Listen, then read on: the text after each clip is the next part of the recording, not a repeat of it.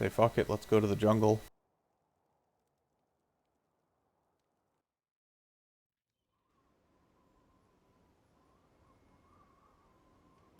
I remember hydro farming back in the day. It's kind of crazy that that was actually like a thing that people did. You know, if you look at it in hindsight. I mean, like, in fairness, the drops have been nerfed multiple times over the years. But, you know, it's still kind of crazy.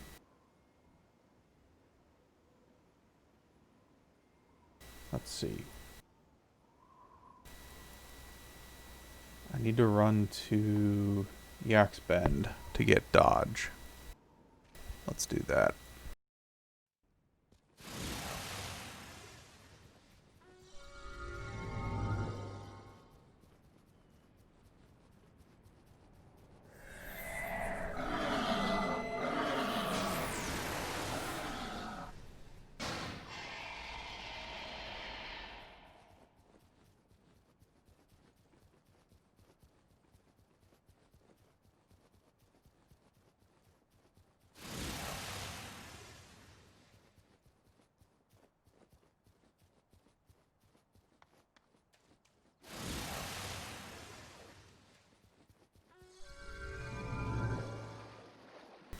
But yeah, hydro farming. Honestly, it's not even that easy anymore because the warrior bars that you'd run way the hell back in the day. Um,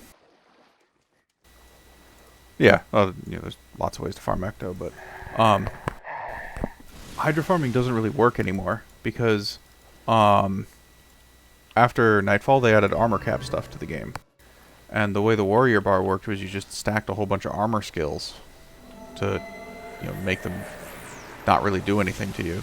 And you obviously had like the the Doliac signet, so you couldn't be knocked down and stuff.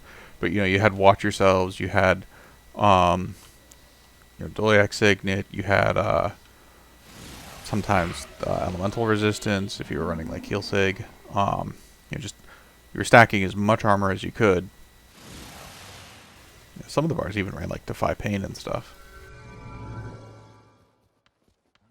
But that doesn't work like that anymore. The game caps you at 25 bonus armor. Unless you have a single skill that exceeds that cap.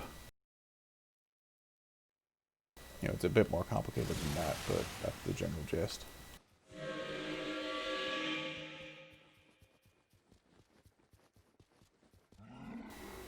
Alright, we're going to get snared to Kingdom Come here, and we're going to complain about it the whole time, but we're going to run this way anyways.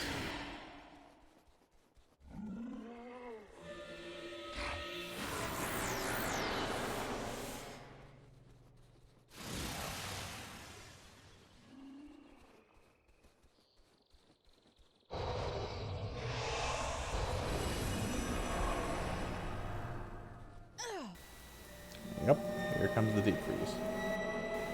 Ugh. But yeah, for ectoplasm, there's a bunch of different ways to farm that. And the bars that people run these days make the stuff you'd run back in like 2007 just seem like garbage in comparison. There's been a lot of skills that have been added to the game, and a lot of skill reworks.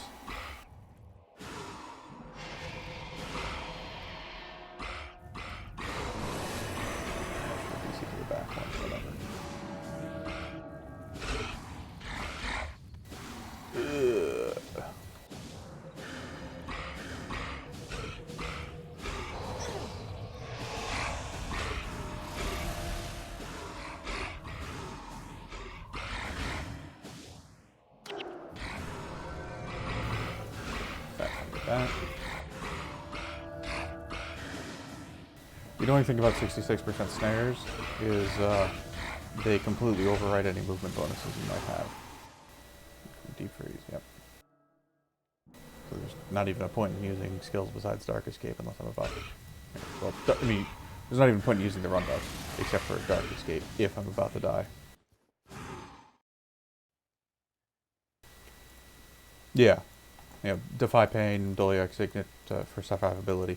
That tanking stack doesn't really work anymore. I mean, like, you could still do Hydras. The Five Pains had several enormous reworks, so it's a much better skill than it used to be. But yeah, you know, Hydra farming is not even remotely close to worth doing these days.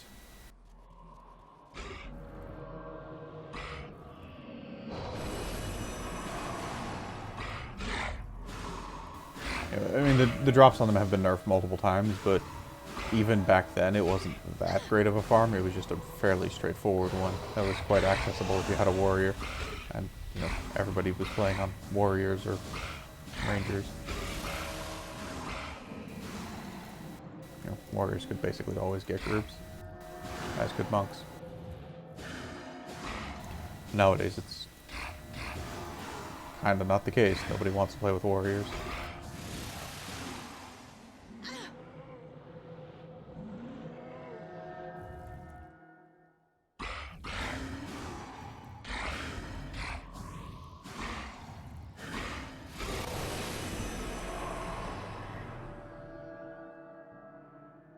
Oh dear, this is so tedious. Can't walk.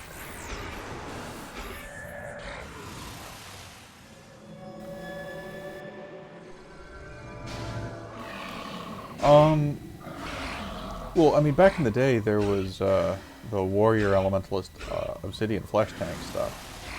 That was pretty popular. Oh, I got the shrine, so I don't care. Woof.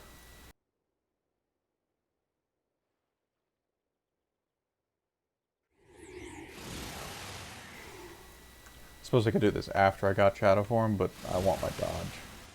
I like going fast. Even if it means going slow to get there, so I can go fast. Let's grab this quest.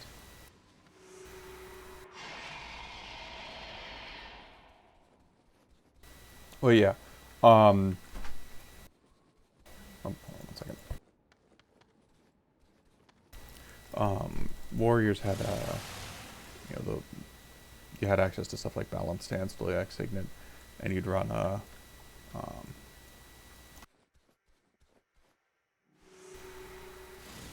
oh, that's right, I have to...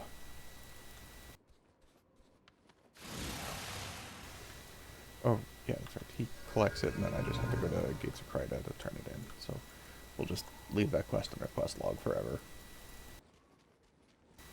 But, you know, may as well take a quick detour to grab it while I'm here. But anyways, Obsidian Flesh used to be 50% self-snare. You know, just made you move 50% slower. So you'd have like a Spellbreaker monk cast Spellbreaker on you. You do most of the pull. And then when Spellbreaker is about to run out, you'd cast Obsidian Flesh on yourself. Or, well, you'd cast Obsidian Flesh yourself. And, you know, that's how you survive doing most of the pulls.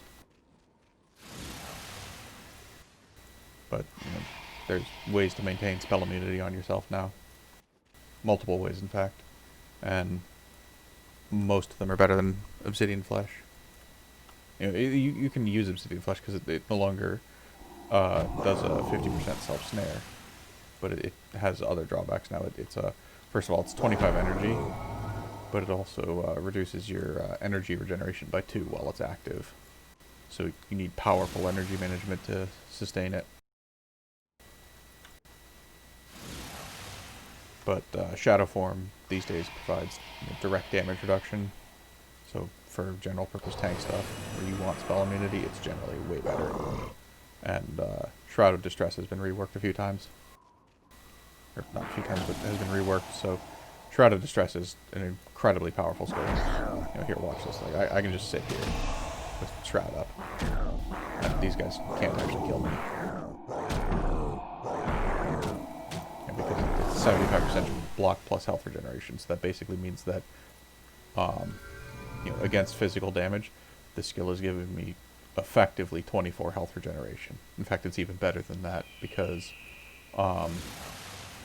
it's blocking attack skills. So like if they have adrenaline skills or whatever, that fucks up their adrenaline game.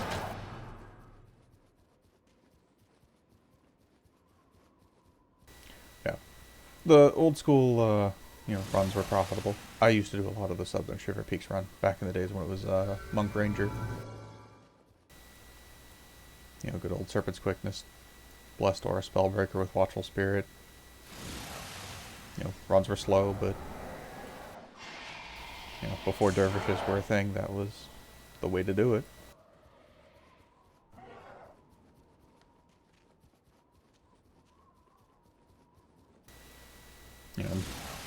Drox runs for a long time were where the real money was at. If you wanted to be serious about running, you just do Drox runs. But just death charge there, whatever.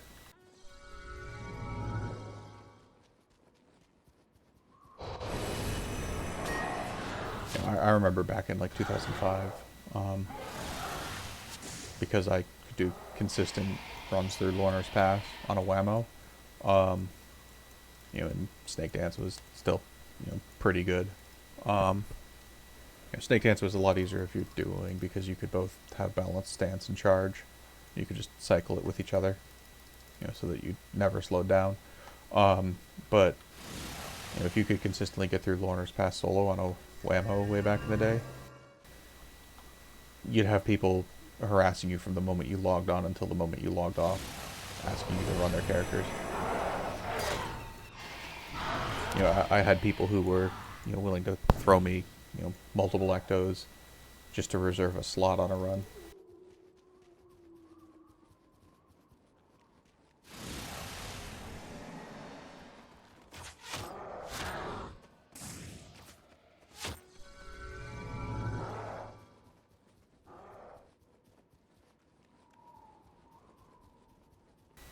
I remember multiple nerfs that, where people are like, oh, it's going to be impossible, you're going to have to do duos or 3-man runs now, and, no, we always found ways to do it solo.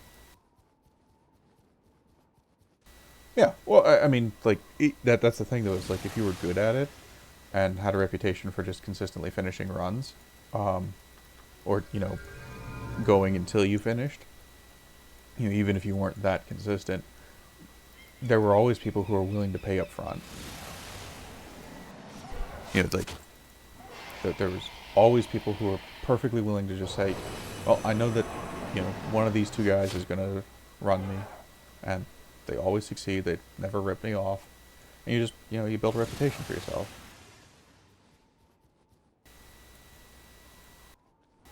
And then you're going to have customers coming to you.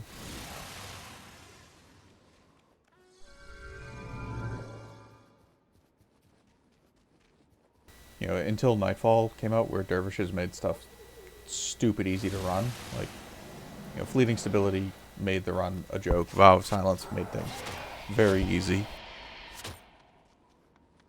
The prices were high enough that, if you were good at it, you could just, make them higher or let me phrase that. When things were hard, before dervishes, if you were good at it, you could basically just set your own price and people would come to you. Once dervishes came out, a rhesus monkey could do the run. And that's when the scam started, because you had a whole bunch of people who were doing runs for, 2 plat, which used to be, like 50, 60k a run. Yeah. I mean, Ranger running was fine. You still had access to Vow of Silence. You could still do the Drox run on the Ranger. It just wasn't as clean as on the Derv.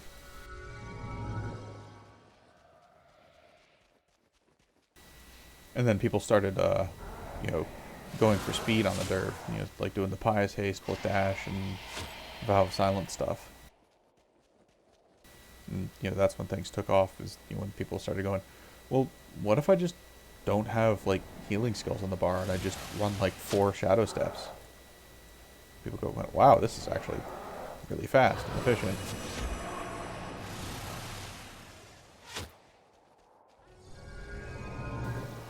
I vaguely remember that, but honestly, I never got involved in any of the bullshit with, rating stuff. Like, I stopped doing any of the running stuff well before, that became popular. Or, well, I mean, I guess there was some stuff, because there was, what was the guild? It was like the Blue Academy or something like that. I don't know, the people there claimed to teach Drock runs. Some of the people there actually knew what they were doing, but most of the people that were in it just had no fucking clue what they were doing.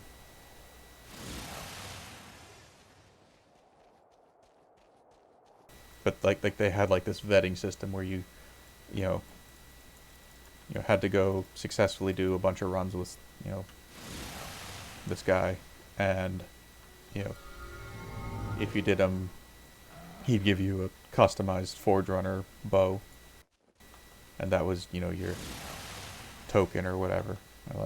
I never bothered with any of that crap. It was a waste of time.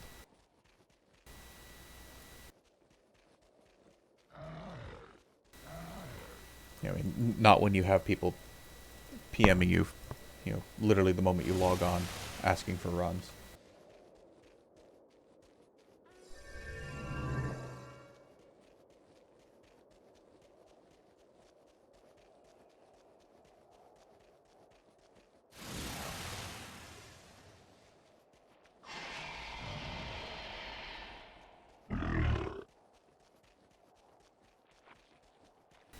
I think my favorite runs though will remain the desert runs, just because they were different. Like the Shiver Peak runs, the Drox run, was hard. The Southern Shiver Peak stuff I think was fun, but I think the desert was the most fun for me back in the day. And it wasn't like the runs were hard. It's just I like the area. I've always liked the desert.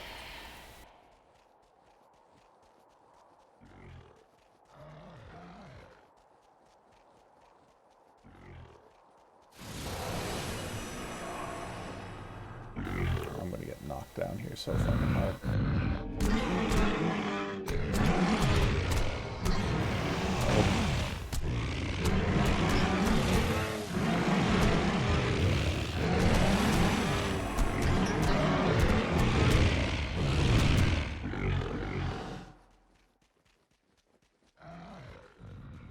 Yeah, I mean, you're talking about stuff like after Nightfall, and like the bottom fell out of the market when dervishes were added to the game.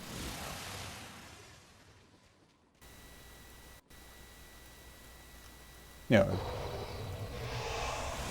not like you couldn't make money doing it. It's just the difference between doing a Drox run for like 2 platinum, per head. Also, my frame rate shits itself right here. Because I have like the full render distance turned on, so it's rendering millions of these fucking snow particles. But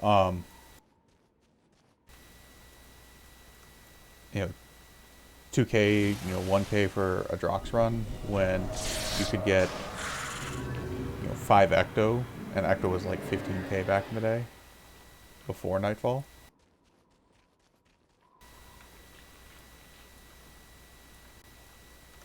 Item rec doesn't matter as long as you meet it.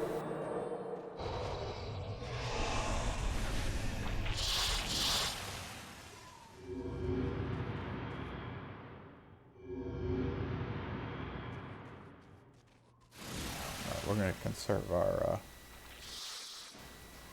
run buffs here because we're going to need them up here ahead.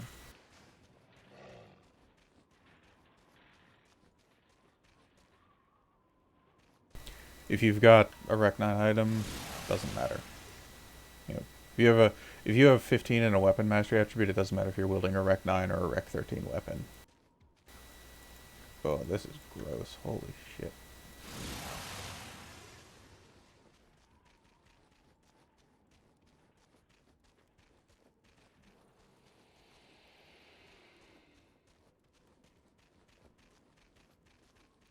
What's my opinion about Paragons? They're both the best and worst class in the game for a lot of stuff.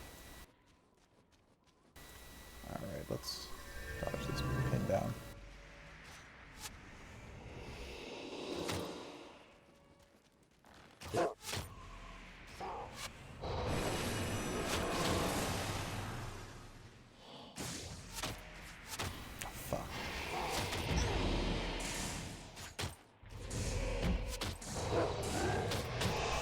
Problem with Paragons is they stack in a non-linear fashion, so they're impossible to balance.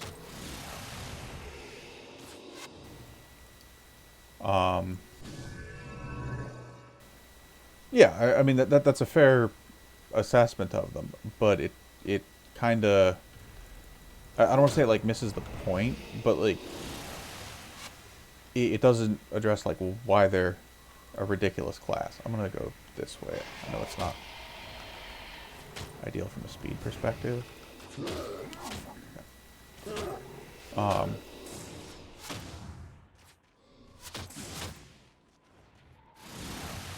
so Paragons have skills that interact with shouts ending on allies, and that's a huge problem. Like the whole concept of how leadership works is really bad, just as a baseline, because it encourages stacking, your team together, and discourages splitting. So just as a baseline, they're a character that for PvP purposes can't ever really split off from the team efficiently. Um, and that's maybe okay in HA, but in GVG it's kind of bad. Um, it means that they have to bring a lot more to the table to be worth running in the first place. And if they're bringing that much to the table, well, it kind of locks out other build archetypes. But the real problem is how specifically their finales work. So take a skill like Finale of Restoration. All it is anytime a shout or a chant on the ally you cast it on ends, they get healed for a bit. Not a big deal in and of itself, but a Paragon can maintain that on 4 people-ish, right? Well, a single Paragon maintaining it on 4 people can trigger it, with the shouts and chants and whatever that they have on their own bar. 2 Paragons can maintain that on 8 people, and they can bring twice as many shouts or chants or other buffs to trigger it twice as often. So you double the number of Paragons, you get 4-fold the power increase, and it's not like 3x3, 4x4, but it's close to that. So just as a baseline, the class has this really ridiculous power scaling curve, and that causes a lot of issues. As we've seen time and time again, every time somebody finds a way to make him usable in PvP, there's a reason that the class has just been repeatedly nerfed into the fucking ground.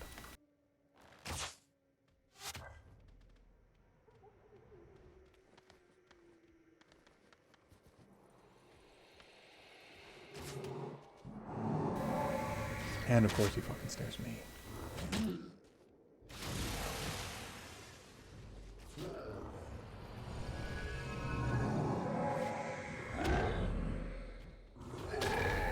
And in a PvP or setting, the whole stacking mechanic is very, very hard to balance because, as I said, like the power levels get out of hand ridiculously fast. They're either garbage or they're insane, and there's not really ever a situation where there's a good middle ground. In PvE, they've basically just never had good builds besides Ibagon up until recently with the... Fuck. I'm gonna die here, aren't I?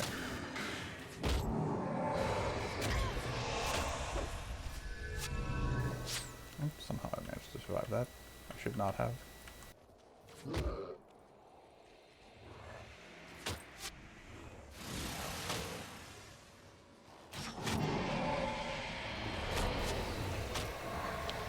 Sorry, I'll start talking in a moment here.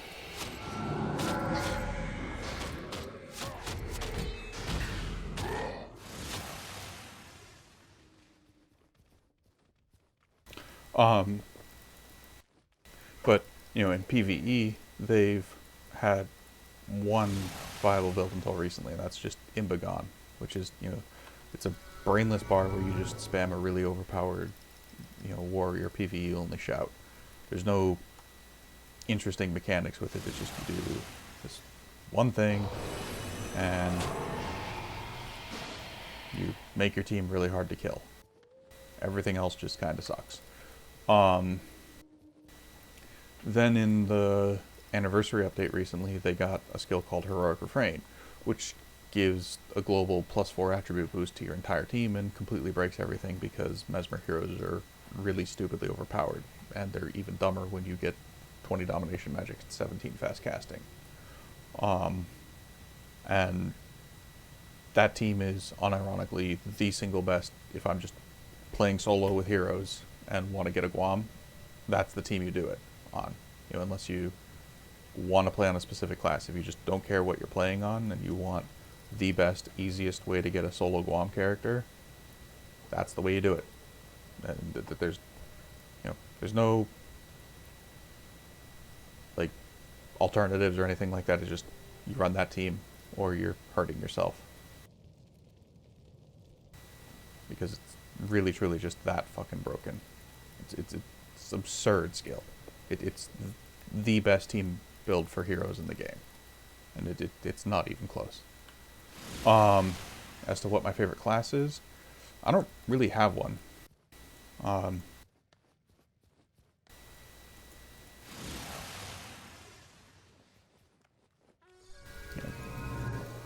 I like a lot of the mechanics on a lot of classes. I hate Writs. Writs are bottom tier class in all aspects, as far as I'm concerned. They're boring and they're not even really good for anything except for soul twisting or, casting Splinter Weapon.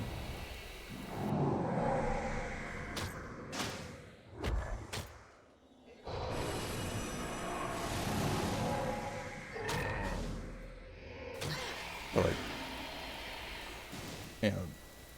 if you ask what my favorite class is in more specific contexts, I can give you actual answers. But I really like how monks operate in a lot of aspects of the game. I should be using Rumbos here, but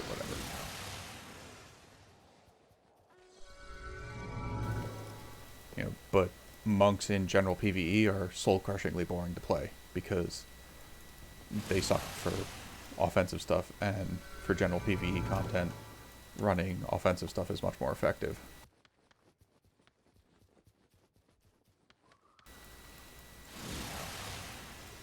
Survival title isn't really hard anymore.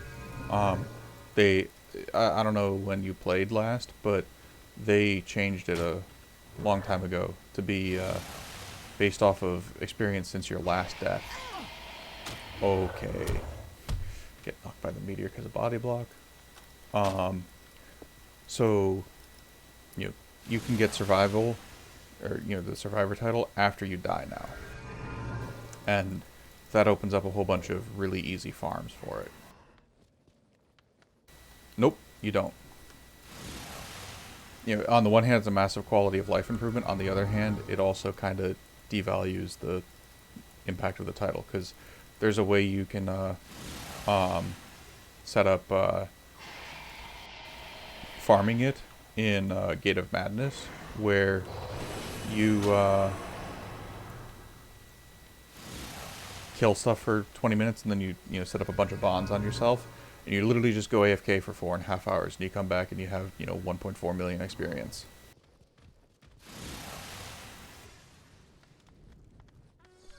Yeah, I mean, it was never really that prestigious. It was just in fact, the old version of Survival title was actually, I think, kind of bad because it encouraged people to rage quit out of groups and stuff if things weren't going perfectly.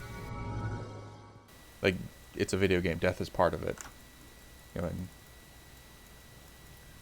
having such a high permanent punishment for that, even something as simple as hey, my router crapped out for 20 seconds is really unfulfilling, I think. But just the fact that it added this really toxic aspect to a lot of group dynamics was, I think, really bad for the game. Let's see, we got one Shatter Gargoyle. Alright, that's fine.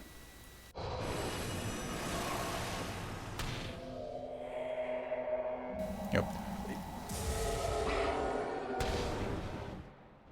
I mean, the old way definitely had more value, but I think it was deeply flawed.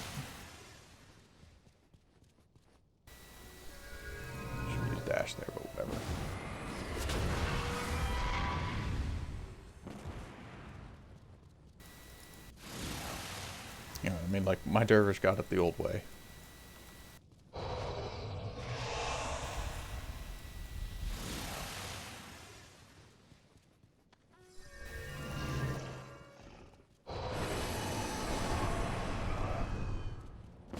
Yeah, I mean, like, what they should have done is they should have made it so that, well, I haven't blown on my dash.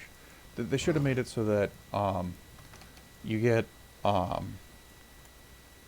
don't know, either like reduced progress towards the title or something, or they should have done something to address it.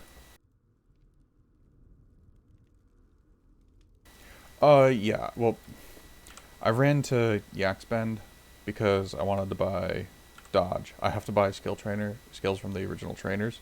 So I either buy Dodge from Yaks or I have to buy it in Ember Light Camp, which I don't have access to because I'd have to do Thunderhead Keep.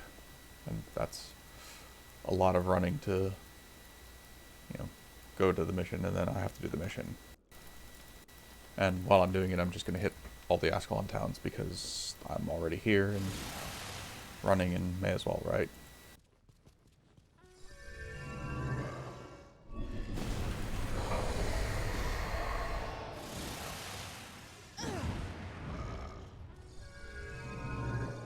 Yeah, a lot of running for a running skill. But, I mean, dodge is quite useful for a bunch of stuff. There's a whole bunch of situations where I'm using dodge and Zojins on a dagger spammer bar because I'm spec super heavily into expertise. And they're also decent just general survival skills in a few spots.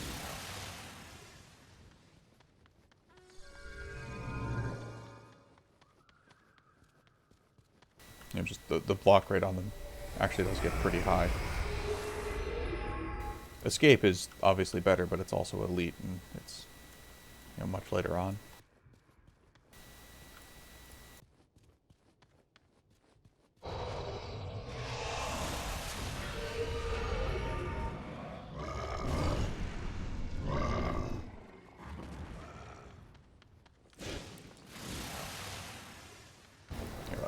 Most of the time I use Natural Stride or Flash Gargoyle.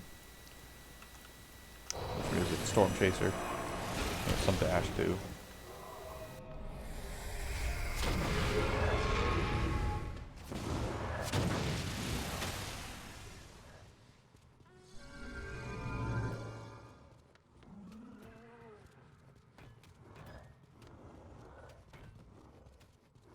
But yeah, what I'm doing right now is I'm just running around to get skills and stuff. There's a couple of key skills I want before I progress with some stuff.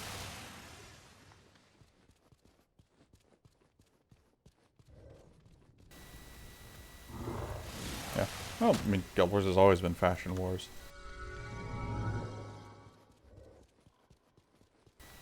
Especially once some people created third-party tools that let you preview armor sets and stuff. Like, I spent more than a few hours slaving over that shit to get a aesthetic balance that I liked.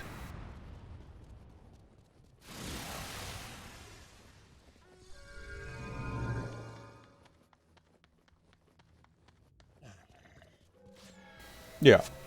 No, that is one thing that I will not criticize Guild Wars 2 for, is the implementation of extra die channels and stuff like that. I will criticize it for having time release dies and other microtransaction bullshit that made it basically impossible to get a bunch of stuff unless you paid real money on top of the game. But the concept of Fashion Wars, that game was a home run.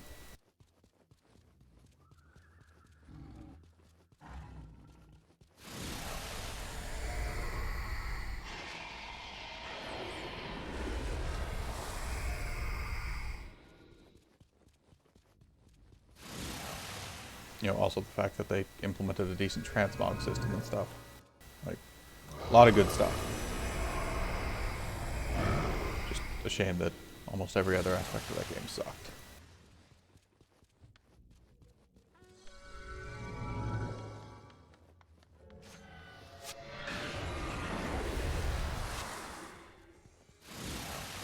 Whoa, click to move.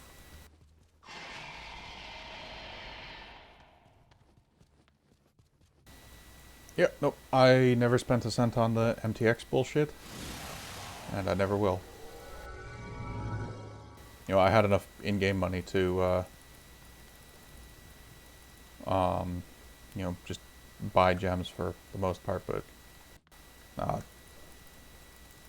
a lot of the MTX stuff is a big part of the reason why I quit playing that game. You know, there are a bunch of other reasons, but that was a major contributor.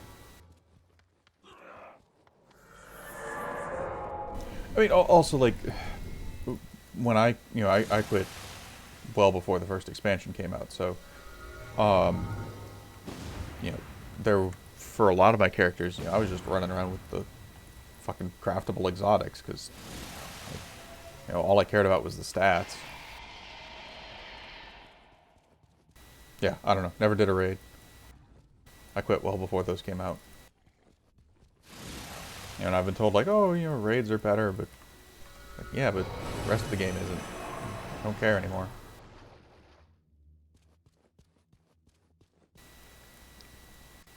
You know, it's just when they started time gating content, and I realized, oh, you know, I have a bunch of characters. I'm going to have to do dailies for basically a year and a half to, you know, get all of the, you know, ascended back pieces. And it's not even like back pieces had good stats. You know, this is like, you know, an extra strength or, you know, whatever bullshit random stat over the, you know, the exotic ones, and you could infuse them with the, you know, agony resistant stuff. But it was all time locked behind doing your damn dailies, and, like, fuck the dailies. They were so boring.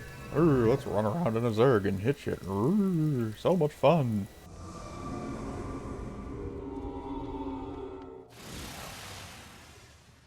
Chibi 8th joined LOA. You know, it's like, you can't get the full potential on your characters unless you do this really, really pointless manial gear treadmill horseshit for literally, it was over a year just for the characters I had, and I was already planning on making some more characters.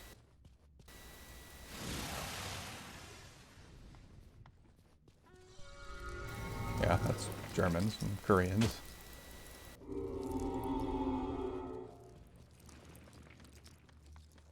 Chibi 8th switched channel to JV Room on LOA.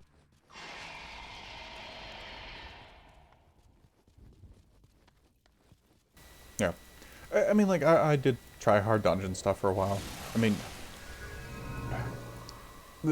my issues with that game have, like, there's a million different mechanical things I could get into, but, you know, they very evidently did not playtest anything in that game, you know, past the low levels. And what they did playtest, for the most part, they didn't really have people who, you know, clear content. Like, they didn't have people who really were any good at the game doing stuff. I gotta go around the Shadow Gargoyle. You know, there's just so many ways that we found to just glitch through and skip huge sections of dungeons and stuff. And then, you know, their solution to that wasn't to, like, just fix the shitty dungeons. It was to just add so much, you know, diminishing returns, and to just nerf the base rewards so much that it just wasn't worth doing. You know, in Ora, the Temple of Lissa, you know, how there's, like, a whole bunch of, you know, there's this huge, you know, ring, and you have to, like, cap these things, and, you know, that activates the center thing. Well, if you never finished actually capping the center, or, you know, one of the edge things, it would just hang there indefinitely. So there'd be stacks of hundreds of people fighting these infinitely respawning enemies with, you know, an AoE auto attack, and just collecting gold. And the thing is, they were getting half as much gold as you were doing if you were doing fast dungeon runs. And they were still getting more than you were doing if you did fractals, even if you did them at stupidly high levels. Like, I was doing fractals at levels so high where if you got tagged with agony once, it didn't matter how much agony resist you had, you just died instantly. And because there just wasn't enough agony resist in the game yet. Oh, I should put it this way, it's faster.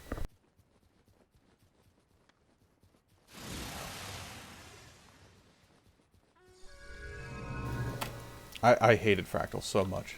Because, like, and the thing is, we told them about so many of these bugs.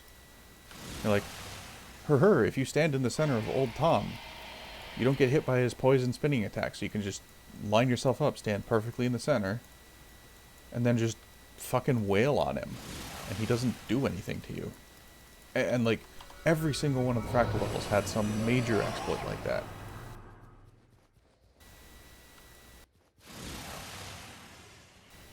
You know, and like, we stopped telling them about some of the stuff we were finding after they started banning people for it.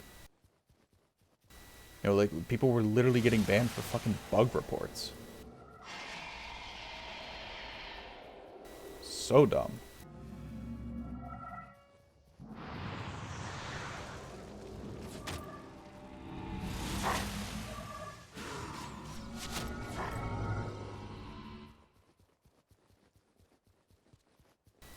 I mean, like, the change from a per character to like an account bound fractal levels was a good change, but then when they put this artificial cap in, like, I had several characters that were doing fractals up around like level 90, 100.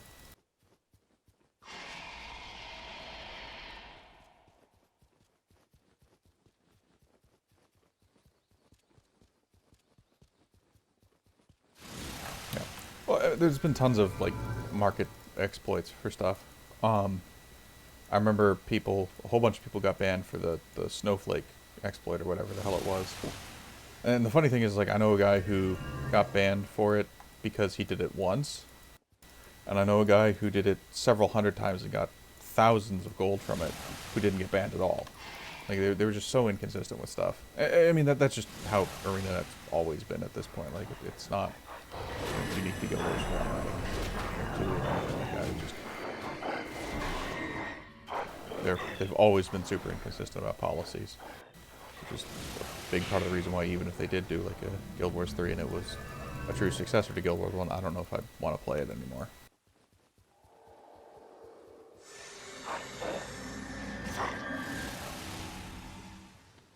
Chibi 8th disconnected from LOA.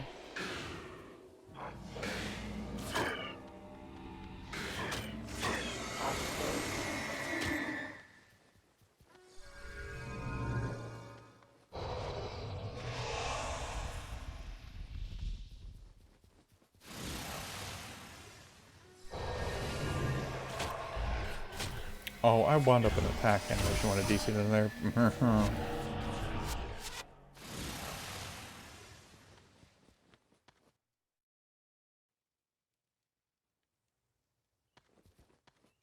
Yeah, that's one way to do things. You know, if you have the cash reserves to, gamble on the market like that. Yeah, that game's had hyperinflation, because like I remember when, like, fucking what are they called? Not the ascended weapons. The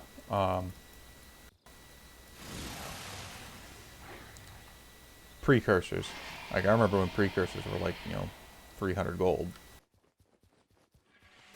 Which back then, that wasn't nothing, but you read about tens of thousands of gold for items these days, and it's just, that's mind blowing to me how much the inflation has run away in that game.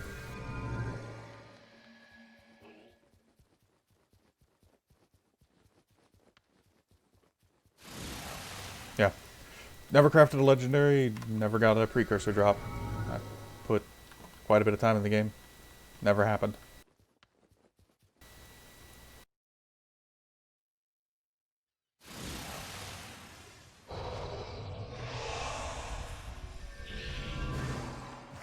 Which is, quite irritating, honestly.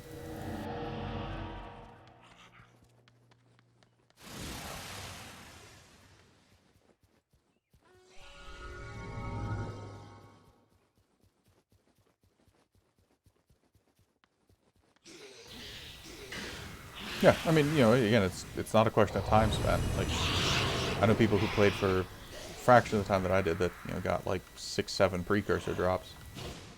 I just never got one. Oh boy, RNG loot fiestas. You know, really riveting and fun.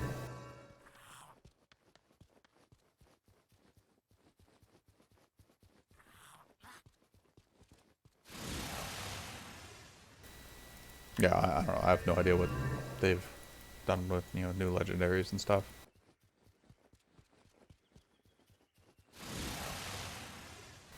You know, again, like I genuinely haven't looked into the game more than, you know, what people have told me about it. In, I mean, it's been like 10 years at this point. Like I quit playing, well before the first expansion, even.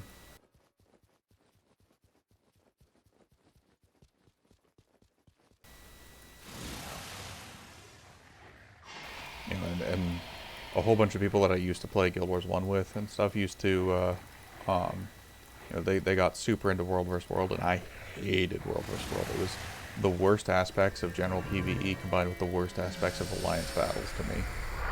I hate World vs. World. It's so boring. I just, you know, the only fun that I've ever had in World vs. World was essentially doing Havoc squads. And a lot of that, honestly, was fun because we were deliberately griefing people who were, you know, trying to run other Havoc squads. And by griefing, I mean we were using consumable items, which the fact that they even allowed consumable items in the PvP format in the first place is just mind blowing to me. But you could, you know, use stuff like, you know, spike fruit or whatever, and if, you know, some casual guy didn't bring his stun locks, well, you could just go through a couple stacks of, you know, spike fruit and just keep him on his ass for 2 hours straight until he rage quit.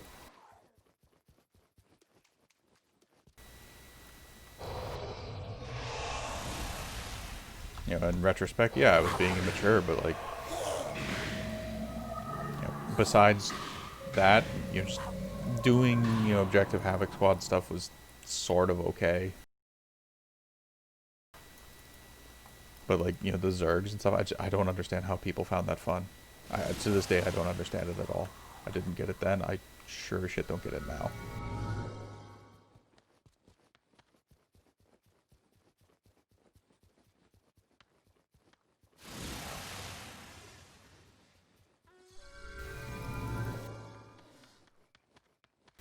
Well, I mean, like, it's fundamentally a game mode where it's, you know, asymmetrical, which isn't intrinsically a bad thing, but if the skill levels are even vaguely equivalent, it just kind of comes down to who has more people online and when. You know, and there were so many bugs with being able to jump into forts and stuff, because they fucked up the collision on everything at launch. You know, people would be accusing everybody of, you know, fly hacking. It's like, no, there's just a spot on that fort that you can just, you know, do a weapon swap double jump into. You know, the movement mechanics in that game were just so broken.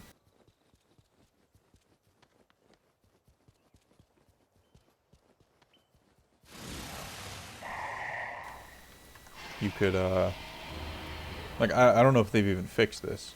I'm not really gonna log into find out. Never really did much with engineer. I didn't have character slots for it. Like, I made one, and by the time I started working on it seriously, I quit. Because, you know, again, I wasn't going to pay real world money for stuff, so I had a limited shortage of character slots for a while. And then the engineer was the last character I was going to build. I got up to like level 30 or 40 before I quit. But, I don't know if this is still the case, but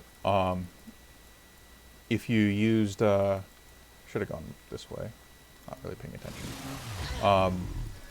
If you used like a leap skill or whatever, You could also just do this with normal jumps, but and you weapon swapped at the peak of your animation, you'd get like another little mini jump on top of that.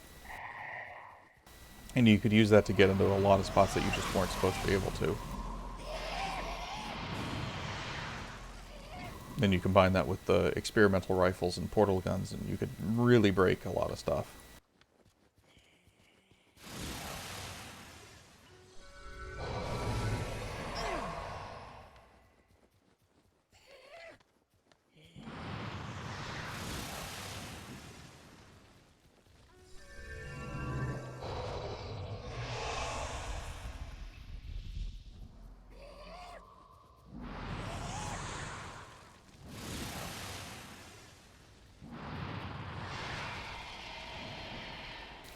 But like the double jump was used for a ton of tricks to get inside forts and stuff like that in World vs. World, and it was also really useful for skipping a lot of segments in dungeons. Oh yeah, no, like structured PvP was just a disaster. Like, structured PvP was just stillborn. It was dead on arrival.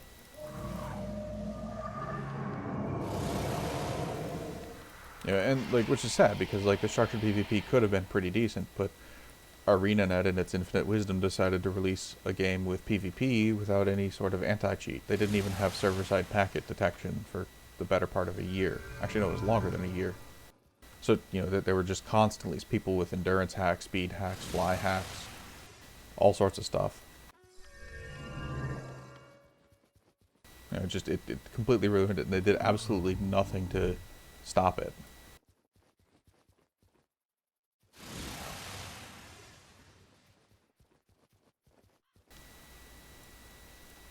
Well, the Berserker build stuff is um,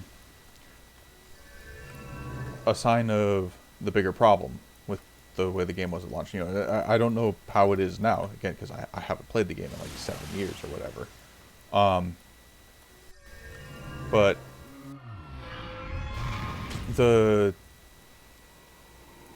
particularly in PvE, you were rewarded for running Zerk gear.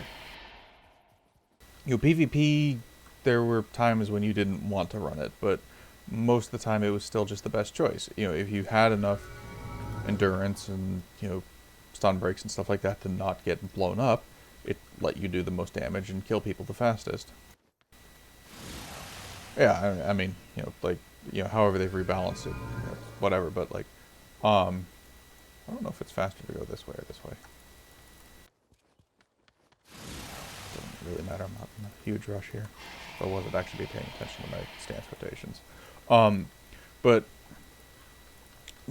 particularly from a PvE aspect, the problem with is the AI in that game is honestly even dumber than in Guild Wars 2. Because the AI has a really primitive, I'm line of sighted. So you could just find a random corner and run into it, and all the ranged enemies would just run at you and stand on top of the melee enemies. You didn't have to do any like complicated movement to restack them. You just went and hid in a corner and then used a whole bunch of exploits that we told them about, by the way, in closed betas. Fiery Greatsword bug was known about as early as closed beta. I don't know about alphas, but I know it was definitely known about in the betas, because I was using it in the betas.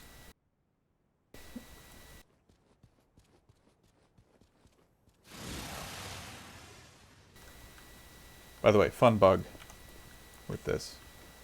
If you stand like here-ish,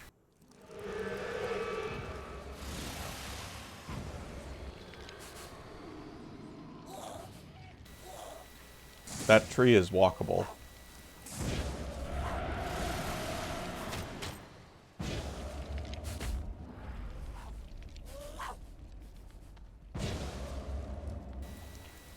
Not as like Stone Sapling, he's got like some seed thing or whatever. But it's not actually physically here. The dude is here, but for Eye of the North, which takes place later, you know, the dude is right here. The Sylvari stuff is right here.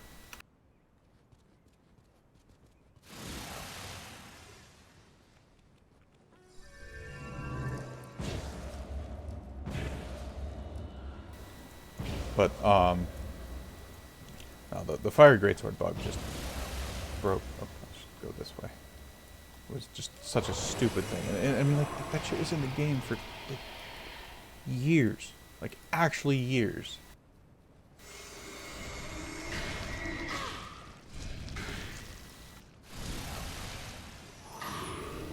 Like, are you aware of what the fire greatsword bug was, or no?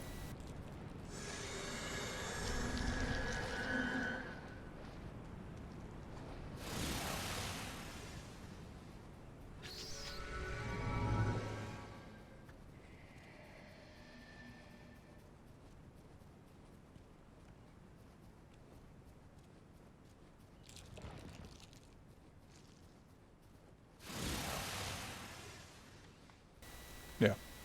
Honestly, I think like there were some balance issues with the char, specifically the um, racial skills. But I actually think the animations for the char were pretty good.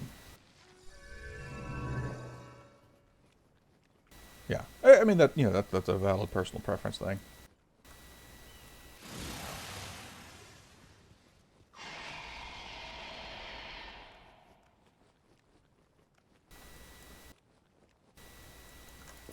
But the fiery greatsword bug was so you know how when you use the leap attack on the fiery greatsword, you leave behind like a trail of fire particles that deal damage over time. Yeah, so those stacked with each other for the longest time, meaning that if you just leapt into a wall, you could stack thousands of DPS. If you had like full Might and Fury stacks, you could be doing literally hundreds of thousands of damage per second to some foes. And it worked on gates too, in World vs. World. So, if you wanted to run a, not really a Havoc squad, but, like a 10, 15 man group, you could go just blow up forts.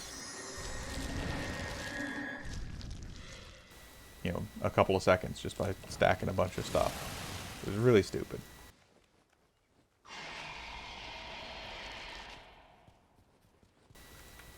Yeah. But I mean, like, that bug was in the game since closed beta. I'm assuming it was in there since alpha, but like, they knew about it in closed beta. We told them about it. And if they didn't know about it, well, they didn't ever listen to the fucking bug reports. It's just that there's no reason for a mechanic like that to exist. And, that dominated the dungeon meta as well for a long time.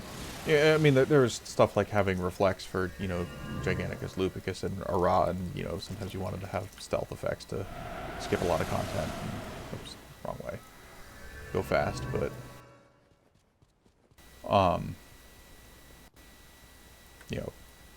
a lot of dungeons just boil down to bring 2 or 3 Ellies, use the hammer for clearing out trash, and blow up everything with,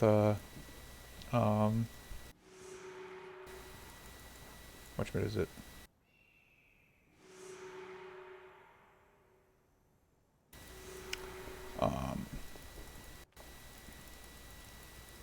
Fire greatsword.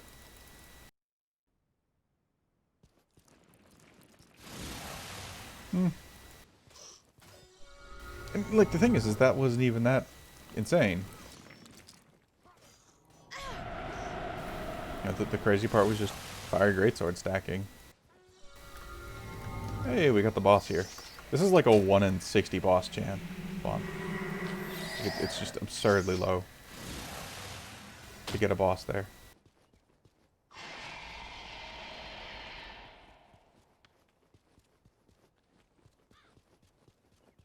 Because prophecies.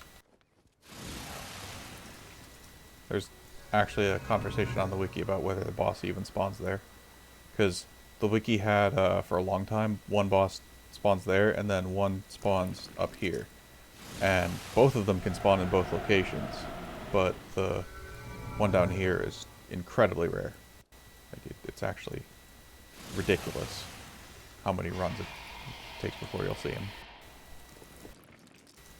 probably should have gone at this from the wilds, but whatever.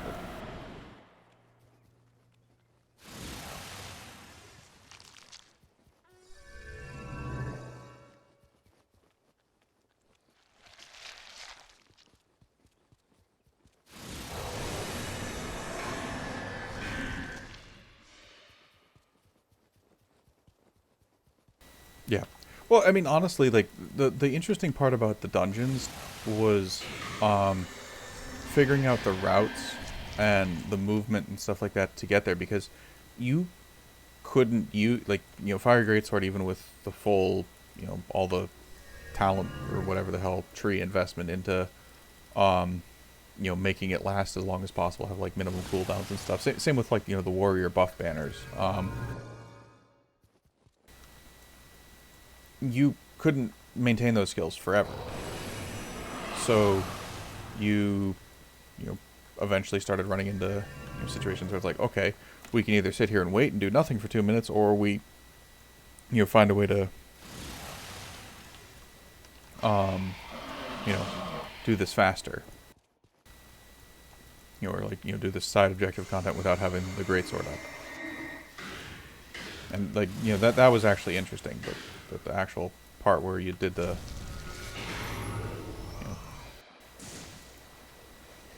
bug the boss into a corner. Ooh, Jesus. Let's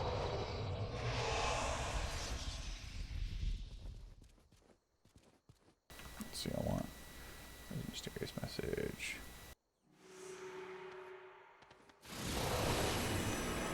Probably should have cast Troll Engine at some point there. No, it doesn't have an elite skill. It's just a random boss that's there. No, it's just kind of interesting to see it. Because I'm the only reason I would ever go back to that spot is if I'm doing cartography, and honestly, I'm probably coming from the wilds. So like, I'm realistically never going back to that spot on this character ever again. So like the 1 in 30 or 20 or whatever the hell the percentage is. Hey, neat.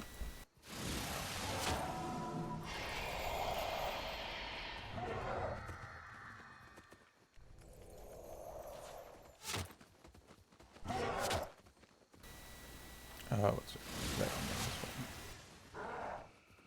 I always get turned around here. So I basically never come out this way.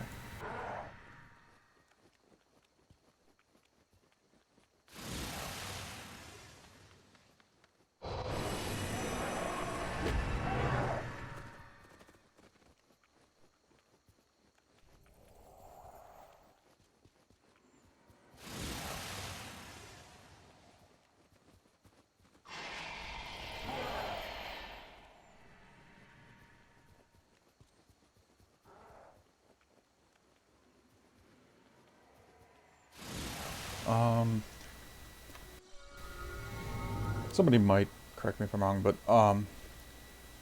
unless you have stuff like War and Kryta or Titan quests active, I don't believe there's any bosses in Prophecies that spawn before you get to the Crystal Desert that actually have elites. This quest involves actually killing stuff, but I'm just gonna ignore it and run through them.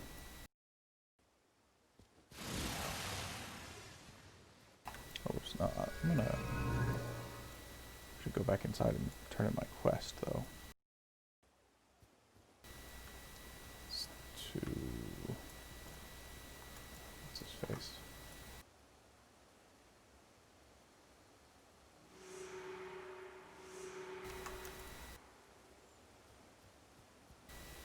Oh yeah, that's right. It's the guy is all the way there. I should have hit that while I was. That was a mistake. Well, let's just run to the wilds real fast.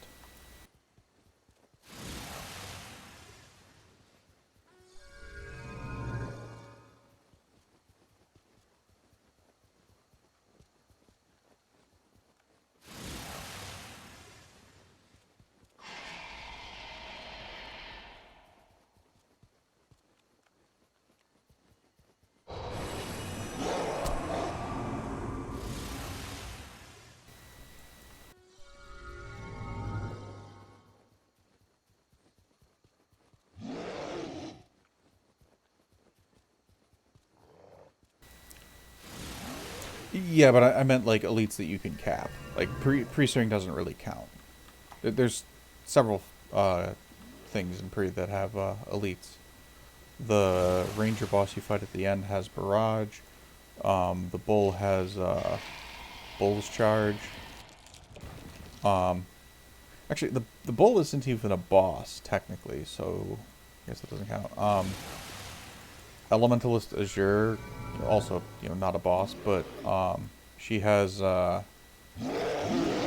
ward against harm, and Devona has Earthshaker, I believe.